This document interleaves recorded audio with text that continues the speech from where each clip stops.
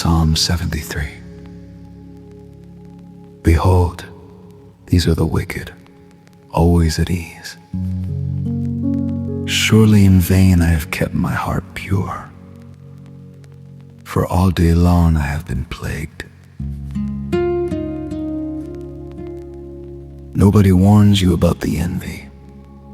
They teach you about the trials, the perseverance, the long, faithful suffering.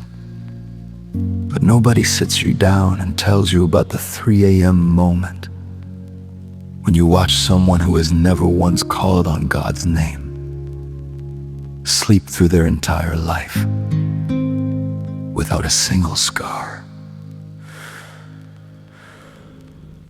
It isn't their wealth you want.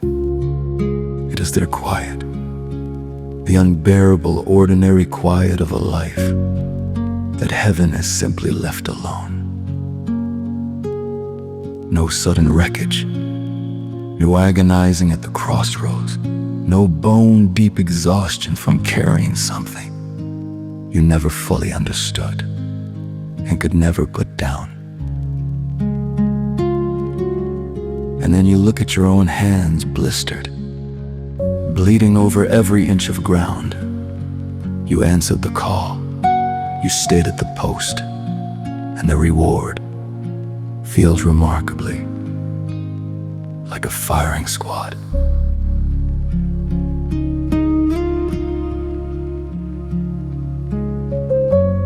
There is a terrifying honesty that surfaces when the exhaustion finally goes bone deep, when you look up at the ceiling and the prayer dissolves before it leaves your mouth, and what rises instead is just the raw animal whisper.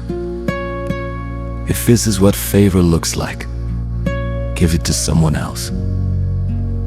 Let me off the radar. Let me just be background.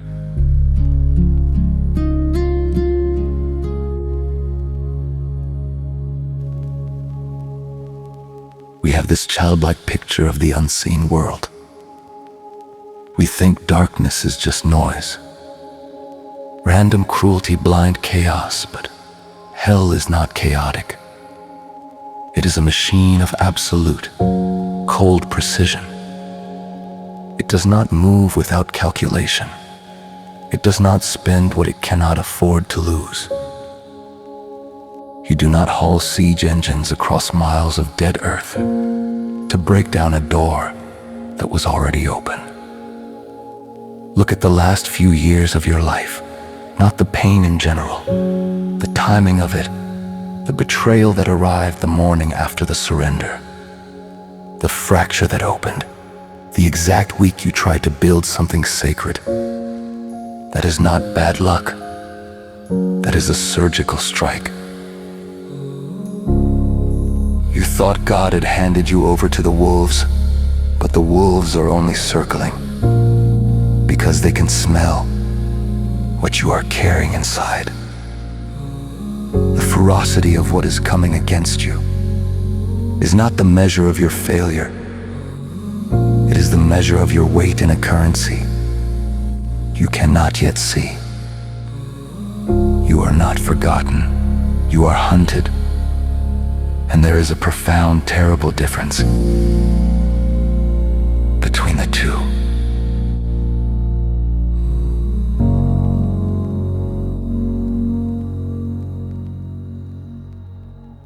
We use the word anointed like it is something soft, like perfume on clean skin. But to carry the mark of God into a world that breathes darkness like oxygen is to walk through a pitch-black forest with a flare burning above your head. You cannot negotiate with the light you carry. You cannot dim it enough to stop the hostility. You have tried. You softened your voice. You learned to fold yourself smaller, just to keep the temperature in the room from rising. And still the friction came, because it was never about your personality. It is the oldest collision there is. Two different ethnicies, pressed against each other with nowhere left to go. You carry a pressure that disrupts the air, and some rooms will never forgive you for it.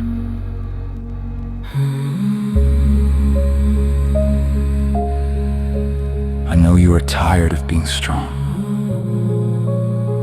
I know you are sick of the phrase, keep fighting. So don't. We built our theology around lions and conquerors, but sometimes survival doesn't look like a lion. Sometimes survival looks like a soldier lying face down in the mud, covering his head, refusing to let go of the tether. There is a holy defiance in simply refusing to disappear. You don't need a battle song today. You don't need to advance the line if your knuckles are white and your teeth are clenched and all you did today was absorb the blow without walking away from God. That is enough. That is the whole thing. Let the iron fall from your hands. The God who painted the target on your back is the same God, standing between you and the arrow. You don't have to carry the sky. Just hold your ground.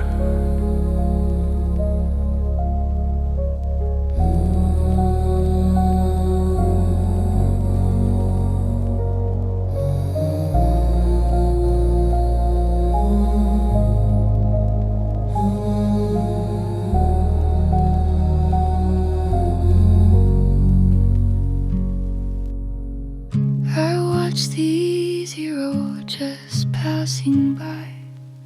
I watched the wicked living high and dry, while I was digging trenches in the cold, just trying to protect the maker's gold. My hands are split, my boots are full of clay. They don't lay a siege to empty ground, and they don't bring the heavy timber down, unless you're holding something they can't buy. So let the arrows darken out the sky. Yeah, let the arrows darken out the sky.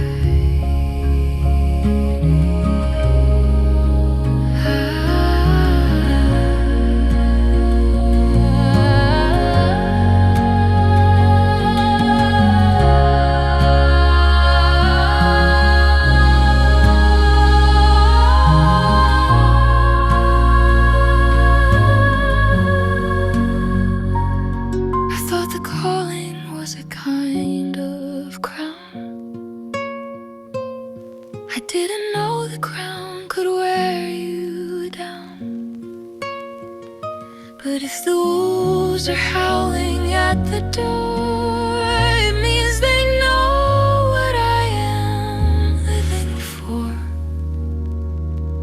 I'll stay in the dirt, let them come. I am hidden